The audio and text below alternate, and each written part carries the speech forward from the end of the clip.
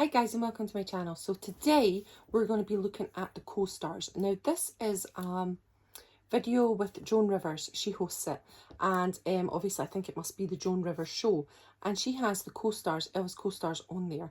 Now I absolutely loved it. I thought it was amazing and I wanted to share it with you guys. So every week for 5 weeks we will have an episode of the Costars. So that's every day on this day, whenever you're seeing this, whenever I decide to put this one up, it'll be every day for the next 5 weeks. So I hope you can join me with it.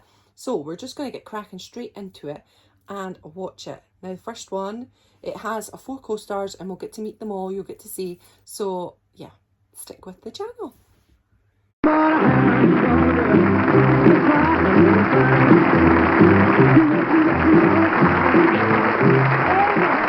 The late 1950s, this man had women falling at his feet. They swooned over his music and they dreamed about being in his arms forever. The few really got close enough to the king to know about that. Well, my next guest not only did get close enough, they worked right along beside him. They were Elvis Presley's leading ladies. Please welcome from his movie Girls, Girls, Girls, Stella Stevens. Thank you. Hi, sweetheart. Good to see you too. Thank you. Next, from Girl Happy and Harum Scarum, former Miss America, Marianne Mosley. Hello, gorgeous. Thank you for telling you hello. How are you? Now our third leading lady appeared in Rouseabout and Frankie and Johnny, Sue Ann Langdon.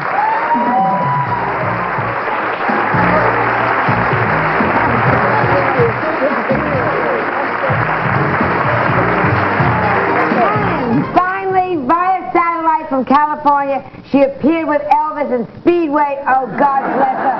A woman who was an intellectual and a trendsetter. Nancy Sinatra.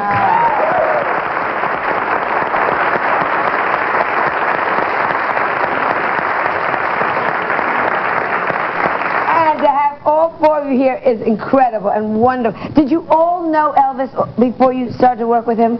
No. I didn't. No, we were from the same state. We're both from Mississippi, and I had never met him until I went to work on the set at MGM. What about you, Nancy? You said yes. Yeah, when I met him, I was about 18 years old. He was just getting out of the Army. And we were going to do a special together that my dad was doing, welcoming him home from the Army. And so my dad sent me to meet him at Fort Dix. And it was, of course, one of the greatest thrills of my life. And then we did the show after that. So I had known him for quite some time. There was a rumor that you were dating him. Did you date him? Oh, you're just friends, seriously. Never had a chance, I'm sorry to say. I was married when he was single. Then he was married when I was single. And then I was married again. So. What about you? Did any of you date him on the set? Or before? I never dated him, and I never saw him off the MGM lot but twice in my life. And yet I consider him one of the best friends I've ever had in my life. Why? Well, he used to say, Marianne, one day I'm going to have a party I can invite you to. But I mean, he was a real Southern gentleman. Oh, always. He was... no, ma'am. He stood when I entered the set, and he said, where is Marianne's chair? He was never late, always on time, always had his lines learned. There was no display of temperament, of ego, and to this day, I think he's probably one of the nicest people that I ever met. You know, I think you can only go by the way people are with you. I know that there have been a lot of books written about Elvis. I never saw any of that. I never saw him take a drink. I never saw him smoke. What year was this about? We did 2 movies together. I think the first one was 1962, and the second one was in 1963. What about you, Nancy? Did you see any of the drinking or smoking or any of that? Nothing. Absolutely nothing. I was so shocked when I heard the news that I really couldn't believe it. I still can't shocked at the believe drugs? You were shocked? I had no idea. Sue Ann, you had no idea. I kind of live in a dream world anyway, but I just, it was a shock to me. We were out to dinner one night, and somebody at the bar, when we were standing there, told me about it, and it ruined about what the death that he died, yeah, and it just absolutely ruined my dinner. And then I didn't know, not me, I cried all through dinner, I did, and I had no idea. Had that creme glace at the end. I cried, don't get it. Elvis would have wanted me to have it. Oh, you're bad. But my husband's brother, we were having dinner with him, and he's a doctor, and he told me about the drugs, and I was so surprised. What about you, Sally? You also, you knew about the drink. You saw the drinking. I saw a lot of drinking. I didn't see any drugs. And by the way, we didn't know each other. I was born in Mississippi too, and lived in Memphis, Tennessee, but we did not go to the same high school. I went to a girls' school, and we met on the Paramount lot. But then we spent time in Honolulu, Hawaii together. Oh, that's right. You did the movie, Hawaiian Hotel. We did Girls, Girls, Girls. Yes, and which I said should have been called Pills, Pills, Pills, because he actually was so fascinated. I never saw him take a pill, but he had this giant pharmaceutical book that showed every capsule and every pill that was made by every company, and he took me into his room one night, and I thought, oh, I'll be in Elvis's room, you know. I'm really looking forward to this. He said, I want to show you something, and he showed me this book, and I've never been so disappointed in my life. Was he very sexy? Did you find him incredibly sexy? I thought he was a beautiful-looking man, and very, very sexy, yes, a very sexy person.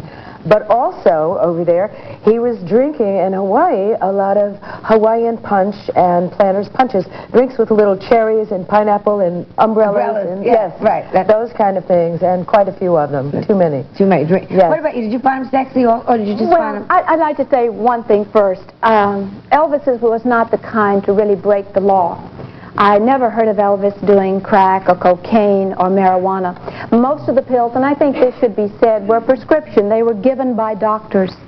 And I think that's why the Betty Ford Clinic has been so successful. I mean, there wasn't one for him then. And I don't know if they would have allowed him to go. Alive now, he'd be coming out of there. Yes, absolutely. But I think it's important to know that they were not illegal drugs. As far as I know, they were all drugs that were given to him by a doctor. And I think that's unfortunate because Elvis was wonderful, not terribly sophisticated, but he would not have broken the law. And I think that there are those to be held accountable who gave him those drugs. Which they were, by the way. Yes. And as far as being sexy, what do you think, Nancy? Major sexy? Or did you know him as a friend? Because like sometimes people say this one's very sexy. You go, not to me, you know. Well, you know, you can have an appreciation of a woman's sexuality, too. I had a great appreciation of his sexuality, believe me. But he was funny about it. He had a self-deprecating kind of humor that really was more endearing and charming, and he was wonderful. He was endearing and charming. I mean, yes, he was sexy looking, but he never, I don't know, did he do you all? He never made advances, or he was very gentlemanly, and things were very proper. Never made advances? You're going, wait, you're going, just spit it out. Well, now wait, if you were, don't say it, because it's making me feel really bad. No.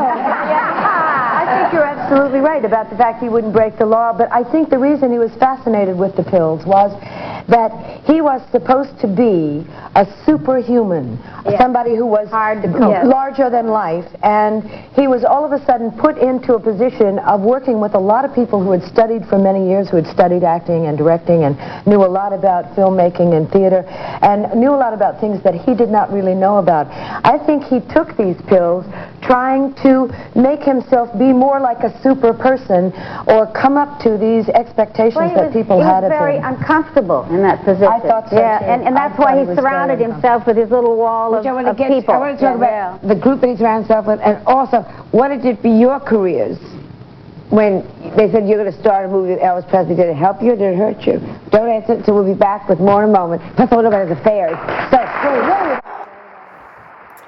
Okay guys, so what do you think about that? Now, first off, let's say Marianne Mobley is amazing, and I love her to bits. She is just amazing. Nancy Sinatra, I love her. Sue Ann Langdon, there was a couple of things there that I obviously wasn't that I didn't enjoy listening to, but she didn't say anything untoward. Just her recollections of when she heard about Elvis passing. But the whole thing with Stella Stevens is so interesting. I cannot fathom it, why she's saying that he was drunk. And maybe Elvis did drink some Mai Tais, maybe. I mean, gosh, I've drank a few Mai Tais in my life. So I'm not dissing anybody who drinks Mai Tais. But I've just never heard that from anybody else, that Elvis was a big drinker. Jerry Schilling has said in his book that they did have a drink. And quite a funny story in the book about the drinking. So there was an occasion. But other than that, I've never really heard anybody really go on about his drinking, that it was to excess and things like that. So that's something I don't know about, could have missed it, but I've just never heard that. And then also the thing that I take real big umbrage to is the pills, and then straight after I didn't see him take any pills.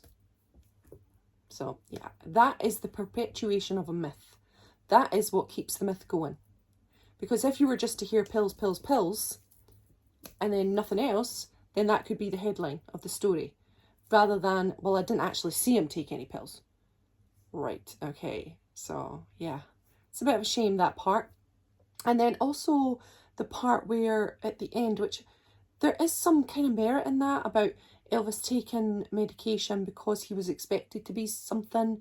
He was expected to be the superhero. Now, we've all talked about this, and in Sally's book, Destined to Die Young, she talks at length about Elvis being a provider, Elvis having issues with his medical history and his body that made him have to take this medication, and then it became a ritual and a cycle. So there are parts of that I did agree with, and then there was parts with that I didn't.